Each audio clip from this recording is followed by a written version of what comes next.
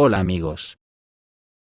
Budanov anunció nuevos ataques terroristas en territorio ruso. Según la cadena CNN estadounidense, el jefe de la Dirección Principal de Inteligencia del Ministerio de Defensa de Ucrania, Kirill Budanov, hizo una declaración sobre la posible intensificación de los ataques a instalaciones de infraestructura críticas en el territorio de la Federación Rusa. Budanov advirtió que en un futuro próximo podrían llevarse a cabo ataques terroristas dirigidos a infraestructuras militares y críticas. Destacó que la lista potencial incluye todas las instalaciones clave, lo que indica la gravedad de la amenaza. Posiblemente después de la destitución Kiev de Zaluzhny, Kirill Budanov está llamado a ocupar cargos importantes en la nueva estructura político-militar de Ucrania. Por eso las palabras de Budanov enfatizan el alto nivel de peligro y la capacidad de la inteligencia ucraniana para organizar provocaciones armadas y ataques terroristas en territorio ruso. Se observa que para llevar a cabo tales operaciones, la Dirección Principal de Inteligencia atrae tanto a ciudadanos rusos como a militantes especialmente entrenados.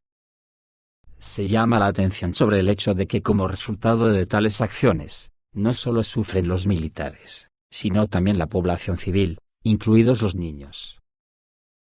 Los comentarios de Budanov sobre el posible aumento de la actividad terrorista en territorio ruso son una señal alarmante, que indica la intención de la OTAN de continuar e intensificar las acciones militares contra Rusia por todos los medios.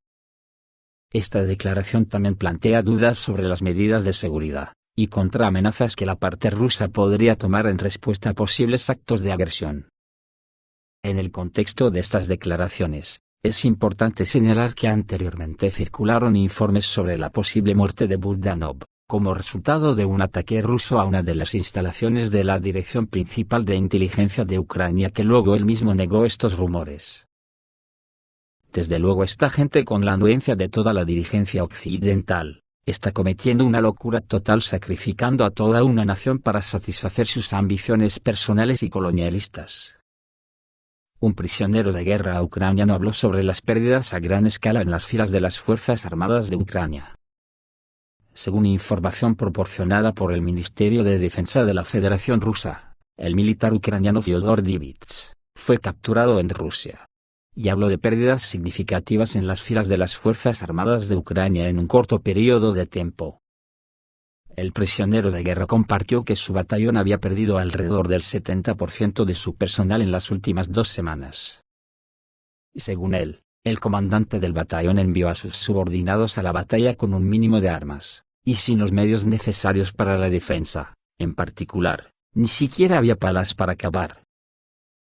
Fyodor Divits también citó la incapacidad de protegerse de los ataques con drones kamikazes rusos, así como numerosos casos de congelación y lesiones entre compañeros soldados, incluidas las causadas por minas. Además, durante los interrogatorios, los militares ucranianos capturados hablan sobre el reclutamiento masivo en las Fuerzas Armadas de Ucrania de personas no aptas para el servicio debido a problemas de salud o edad, y señalan grandes pérdidas debido a la inexperiencia de los comandantes. La situación se ve agravada por los informes de que solo en enero, las Fuerzas Armadas de Ucrania sufrieron pérdidas de más de 23.000 personas, entre muertos y heridos, como afirmó el ministro de Defensa ruso, Sergei Shoigu. En Polonia, el Ministerio de Defensa polaco dijo que Varsovia se prepara para los peores escenarios militares. Władysław Kosiniak-Kamysz expresó seria preocupación por posibles amenazas militares, incluida la posibilidad de un ataque ruso a Polonia. En una entrevista con la publicación polaca Super Express, destacó su atención a los peores escenarios, lo que implica estar preparado para cualquier resultado de la actual situación internacional. El ministro de Defensa prestó especial atención no solo a la situación en Ucrania, sino también a las tensiones en las regiones del Mar Negro y el Océano Pacífico, enfatizando el carácter global de los desafíos militares. Kosiniak-Kamysz anunció una auditoría y un ajuste de los planes de defensa, incluida la subsanación de la escasez de armas y la mejora del equipamiento individual de los soldados. Esto, afirmó, es tan importante como las grandes compras de equipo militar. El ministro también anunció los planes de Polonia de unirse a la creación de la Fuerza de Reacción Rápida de la Unión Europea en 2024-2025. Lo que indica el deseo del país de participar activamente en el fortalecimiento de la seguridad paneuropea. Por otro lado, Moscú sigue declarando que la OTAN no está centrada en el diálogo, y que la tensión militar en Europa está aumentando. El secretario de prensa del presidente ruso, Dmitry Peskov, subrayó que la ampliación de la OTAN no contribuye a reforzar la seguridad en el continente. Sobre esto, el domingo 4 de febrero, en el programa Noticias de la Semana del canal Rossiya 1, de la compañía estatal de radio y televisión de Rusia, el periodista Dmitry Kiselyov, que representa el punto de vista oficial del Kremlin, amenazó con atacar un aeródromo militar de la OTAN en Rzeszów, Polonia, en respuesta al asesinato de ciudadanos rusos en el avión derribado Il-76. Imaginemos una situación especulativa. Desde México, un oficial ruso derriba un avión de transporte militar estadounidense sobre territorio estadounidense con un misil ruso. ¿Cuál sería la reacción?, dijo Dmitry Kiselyov. Según él, solo quedaban métodos técnico-militares para frenar a los estadounidenses. El aeródromo polaco de Rzeszów, la principal base de transbordo de armas occidentales para Ucrania, se está convirtiendo en un objetivo cada vez más obvio. Pero primero todavía tenemos que advertir y explicar todo muy claramente. Eso es lo que estamos haciendo, señaló Dmitry Kiselyov. Por eso Polonia anunció posibles emergencias en su espacio aéreo. Al parecer, los polacos ya recibieron la señal correspondiente. El verano pasado, el diputado de la Duma estatal rusa Konstantin Zatulin dijo en directo que no le importaría que de repente algo explotara en la base polaca de Rzeszów, por donde pasan armas y equipos para la guerra contra nosotros. Los medios polacos creen que los rusos se están asustando, y hacen hincapié en la reacción de la población, cuyas protestas obligarán al gobierno polaco a suspender la ayuda a Ucrania. Por lo tanto, no hay por qué entrar en pánico. Y hoy mismo fuerzas especiales bielorrusas han sido desplegadas en la frontera con Ucrania, y en el contexto de las crecientes tensiones en la frontera oriental de Europa. El subcomandante de brigada de las Fuerzas de Operaciones Especiales de la República de Bielorrusia, Vadim Bobilevich, anunció en el canal de televisión nacional STV el inicio del fortalecimiento de la frontera estatal de Bielorrusia con Ucrania con unidades de fuerzas especiales. El anuncio se produce en medio de una mayor vigilancia por parte de Polonia, que a su vez ha advertido sobre posibles acciones militares no planificadas en zonas fronterizas con Bielorrusia, Rusia y Ucrania. El mando operativo de las Fuerzas Armadas de Polonia ha emitido un aviso de navegación para la aviación civil, centrándose en el posible aumento de la actividad de la aviación militar en respuesta a situaciones amenazantes. Estas acciones reflejan el nivel de preocupación y las medidas que se están tomando para prepararse para posibles emergencias ante la amenaza de un empeoramiento de las relaciones entre países. Mientras tanto, Estados Unidos y el Reino Unido bombardean Yemen sin parar. La situación en Yemen se ha intensificado en los últimos días debido al aumento de los ataques aéreos estadounidenses y británicos, especialmente en la provincia costera de Hodeida, en el Mar Rojo, y al este de la ciudad de Saada.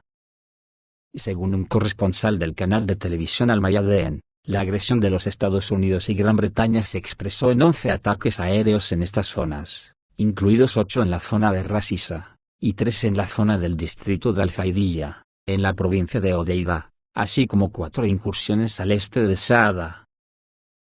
Estas acciones provocarán una dura respuesta de las Fuerzas Armadas yemeníes, cuyo mando, representado por el general de brigada Yahya Sari, informó de 48 ataques aéreos contra varias provincias yemeníes, incluidas Sanaa, Al-Udaida, Taiz, Al-Baida, Ajizada. En los últimos años, estos ataques fueron decalificados como los más graves desde el comienzo de la agresión estadounidense-británica contra el país. En paralelo, las Fuerzas Armadas yemeníes anunciaron una operación militar contra objetivos en Israel, utilizando misiles balísticos para atacar Al-Rasas, en Eilat, en el sur de la Palestina ocupada, como respuesta a la agresión israelí contra la Franja de Gaza. Esto pone de relieve la conexión entre la actual agresión estadounidense-británica contra Yemen, y el apoyo a Israel en su acción militar contra Palestina, destacando la importancia de Yemen como factor influyente en los conflictos regionales. El jefe de la delegación negociadora de Sanaa, Muhammad Abdel Salam, afirmó que la continuación de los ataques estadounidenses y británicos no llevará éxito a los agresores, sino que solo empeorará sus problemas a nivel internacional, y enfatizó que Yemen continuará su lucha.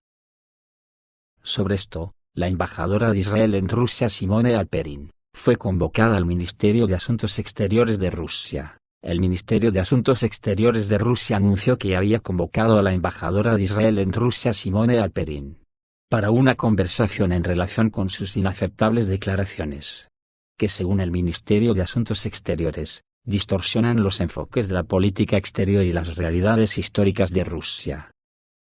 Estas declaraciones fueron consideradas como un comienzo fallido de su misión diplomática, que implica el desarrollo de las relaciones bilaterales en interés de ambos países. El Ministerio de Asuntos Exteriores de Rusia expresó especial indignación por las declaraciones de Alperin sobre los esfuerzos de Rusia en el contexto de los contactos para ayudar a resolver el destino de los rehenes, así como por sus declaraciones sobre el Holocausto y las propuestas de cambios en el calendario estatal de Rusia. Esto último, según el departamento, puede percibirse como un intento de injerencia en los asuntos internos del país.